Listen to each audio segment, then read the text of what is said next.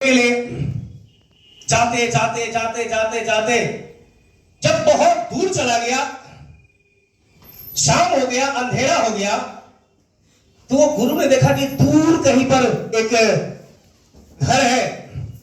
अपने शिष्य को बोला कि चलो आज इसी घर में विश्राम किया जाए।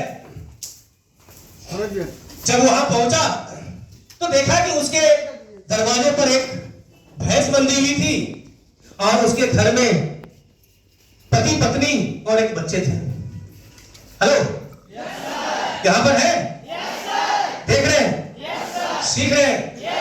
समझ रहे हैं? क्या रूम पर है? जॉन में? मैदान में? हॉल में है? तो वो गुरु ने उस घर में जो था उससे पूछा, उसके मालिक से, कि आज रात भर मुझे रहने का मौका मिलेगा? क्या आप रहने के लिए आज दीजिएगा मुझे, क्योंकि अंधेरा हो गया, मैं चल नहीं सकता हूं। बोला हाँ, क्यों नहीं।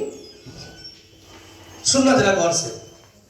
तो उसको रात में वहीं ठहरने का सब व्यवस्था किया गया।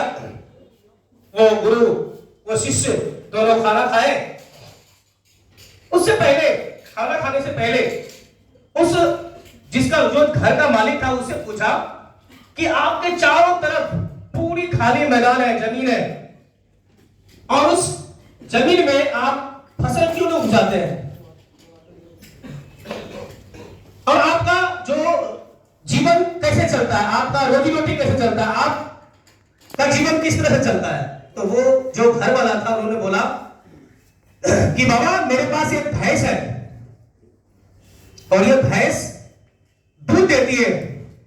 जितना दूध का मुझे उपयोग, जितना जरूरी रहता है उतना मैं रख लेता हूं और सारे के सारे दूध को मैं बेच देता हूं, और बेचने के बाद जो पैसा आता है उसी से अपना मैं जीवन यापन करता हूं। हेलो, समझ रहे?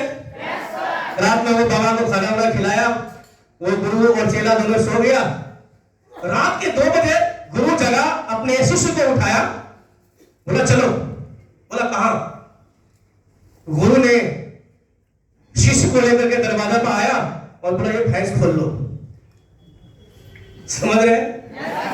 बोला ये भैंस खोल लो। अब वो शिष्य कह रहा है ये पाप है, गलत है, मैं चोरी नहीं कर सकता हूं। बोला मैं बोल रहा हूं ना, मैं तेरा गुरु हूं। समझ रहे? अब गुरु का ही बात कैसे काटेगा भाई? वो शिष्य ने क्या किया, भैंस खोल लिया, और गुरु आगे और शिष्य पीछे से भैंस लेके जा रहा है, जा रहा है, जा रहा है। जब सुबह हुआ, तो जब सुबह सूर्योदय हो गया, तो वो गुरु ने बोला, एक इंसान को रोक करके अपने शिष्य को बोला कि वो भैंस उसको दे दो। वो शिष्य बात को समझा नहीं कि तो उसका भैंस मैंने चोरी कर लिया, और एक अनजान आदमी को उन्होंने भैंस दे दिया, और फिर वो अपना आश्रम चले गए। उस दिन गुजरा, उस शिष्य के दिमाग में सवाल चल रहा था, मैंने चोरी किया, मैंने पाप किया, मैंने गलती किया। गुरु का ध्यान हो गया, गुरु मर गए। शिष्य को लगा कि मैं इस पश्चाताप को कैसे दूर करूं। शिष्य ने एक दिन मन बनाया, अपना पैसा की व्यवस्था कुछ किया और चल दिया उस इंसान के से मिलने के लिए। जाते जाते जाते जब उसके इलाका में पहुंचा तो उन्होंने देखा कि जहां पर खाली जमीन थी ना, वहां पर हरी भरी सब्जियां लगी हुई है, तरह तरह के वहां पर उपज हो रहा है, मतलब अनाज लगा हुआ है, बहुत सारी कुछ वहां पर फसल मतलब उपज रहा है। उन्होंने उसके घर तक गया, जब उसके घर पर गया देखा वो जो झोपड़ी था वो झोपड़ी नहीं था, वहां महल बना हुआ था। वो शिष्य ने वापस अपने घर जा रहे थे, उससे मुलाकात हुआ नहीं, भेंट हुआ नहीं। अचानक कुदरत रास्ते में वो इंसान उसको मिल गया, वो शिष्य को। उन्होंने बोला भाई साहब, मैं गुरु और शिष्य आपके यहाँ रुका था, याद आया आपको? बोला हाँ, आपको, हमको याद आ गया। बोला आप वहां से घर तोड़ दिए, हटा दिए क्या? बोला नहीं, वो घर मेरा है। बोला मैंने आपका भैंस चोरी करके ले गया था, और उसका मैं पैसा लेकर के पश्चाताप से हटाने के लिए मैंने आपके पास आया था।